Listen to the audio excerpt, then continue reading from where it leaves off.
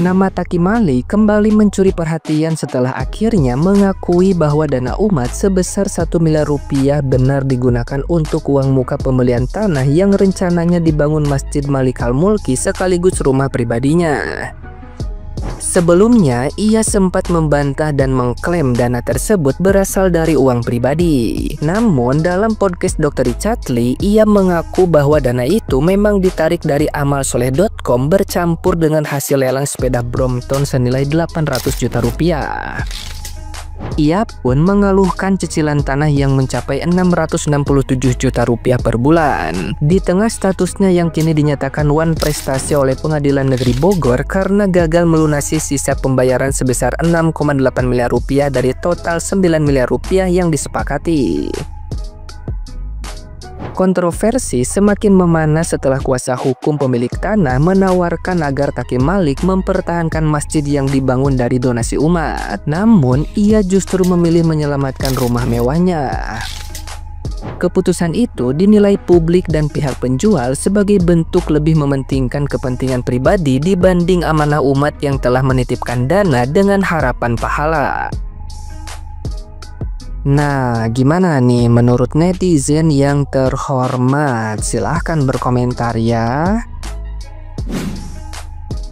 Wah, kasus influencer syar'i yang galang donasi untuk bangun masjid jadi makin panjang, guys. Kalian pasti udah ngikutin kasus influencer syar'i yang juga disebut ustadz yang belakangan lagi viral gara-gara kasus tanah sengketa. Ternyata ada fakta baru nih di kasusnya dia. Jadi di kasus tanah sengketa yang belum lunas tapi udah jadi masjid dan ada rumah ini, si influencer dengan branding syar'i ini ternyata udah sempet dimediasi dan diajak serta ditawarin untuk milih tanah atau masjid di tanah sengketa akibat wan prestasi yang dia lakukan akibat jual beli tanahnya. Tapi doi ternyata lebih milih rumah yang ada di tanah tersebut ketimbang masjidnya. Padahal pihak keluarga pemilik tanah udah nawarin untuk pilih masjidnya aja karena masjid ini dibangun dari donasi dana umat. Tapi doi ini tetap lebih memilih untuk ngorbanin si masjidnya dan milih rumahnya. Dan bukti kalau si influencer ini lebih memilih rumah ketimbang mertahanin masjid yang dibangun dari donasi orang-orang ini ada dari bukti putusan pengadilan yang disampaikan lewat salah satu podcast yang ada di YouTube. Wah, kalau kayak gini kasihan orang-orang yang udah donasi dan berharap dapat pahala jariah dari donasi ini dong.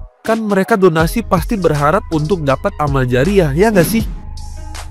Iya, menanggapi persoalan Taki Malik yang membeli tanah sekitar 9M namun dibeli secara bertahap, ya sudah masuk 2,2, sisanya 6,8M dan jadi sengketa, ya sudah sampai Mahkamah Agung, tinggal eksekusinya yang dinyatakan bahwa pemilik tanah menang dalam hal ini. Kemudian Taki Malik akan dieksekusi, ya tanahnya untuk dikembalikan kepada pemilik tanah. Ada beberapa pertanyaan. Ini kenapa sih beli tanah kok dicicil? Memang ada beli tanah dicicil. Sebenarnya ini biasa ya dalam konteks jual beli tanah kaplingan, namanya PPJB ya. Perjanjian pengikatan jual beli ya, sebelum adanya AJB akte jual beli, maka itu biasa ya. Jadi tidak ada masalah dalam hal konteks itu. Kan jadi masalah ketika pembayarannya tidak sesuai dengan komitmen yang ada di PPJB, batas waktunya tidak sesuai, wan prestasi di dalam persoalan batas waktu yang mengetahui akibatnya ketika itu melewati jangka waktunya, maka kedua belah pihak kalau melihat putusannya atas gugatan ini dimenangkan oleh penjual tanah, ya berarti bisa saja itu sudah melewati jangka waktu yang sudah disepakati. Akan tetapi yang jadi persoalan di sini, kenapa Taki Malik membeli tanah ya dalam konteks belum lunas, ya belum lunas tanahnya 9M kan masih jauh, kurang dari separuh. Kenapa dibangun masjid? Ini yang kemudian akan jadi persoalan ketika eksekusinya diminta dibongkar. Kalau rumah mungkin masih bisa, walaupun mungkin dilihat nanti rumah ini apakah sudah lunas tanahnya 2,2M atau tidak, dilihat nanti putusan di Mahkamah Agung atau eksekusinya seperti apa. Tapi ketika masjid ini nanti akan menjadi persoalan baru, ya.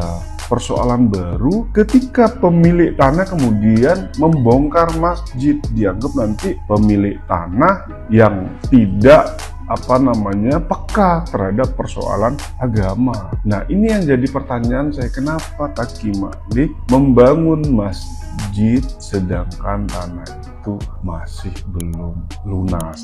Ini yang sebenarnya mungkin teman-teman bisa tahu jawabannya, atau mungkin Taki Malik bisa tahu jawabannya. Saya menyayangkan sekali membangun masjid padahal tanah itu masih belum clear and clean, ya. Ini jadi pelajaran kepada semua pihak. Membangun tempat ibadah harus di tanah yang sudah clean and clear agar tidak jadi persoalan ke depan, karena ini adalah hal yang sangat sensitif. Oke, langsung saja kita bahas masalah yang lagi viral banget nih ya. Masalahnya si Takoyaki nih, si Taki Malik maksud gua ya, yang lagi mengalami sengketa lahan sama keluarganya Emas Nusantara. Jadi si Takoyaki ini ngebeli lahan ya yang rencananya mau dibangun masjid. Dan di lahan itu kebetulan sudah berdiri satu rumah gitu. Nah, lahan ini setelah dinego-nego deal di harga 9M ya. Takoyaki kala itu cuma punya uang 1M sekian. Itu pun uang 1M, sekian ya ternyata uang dari donasi umat gitu.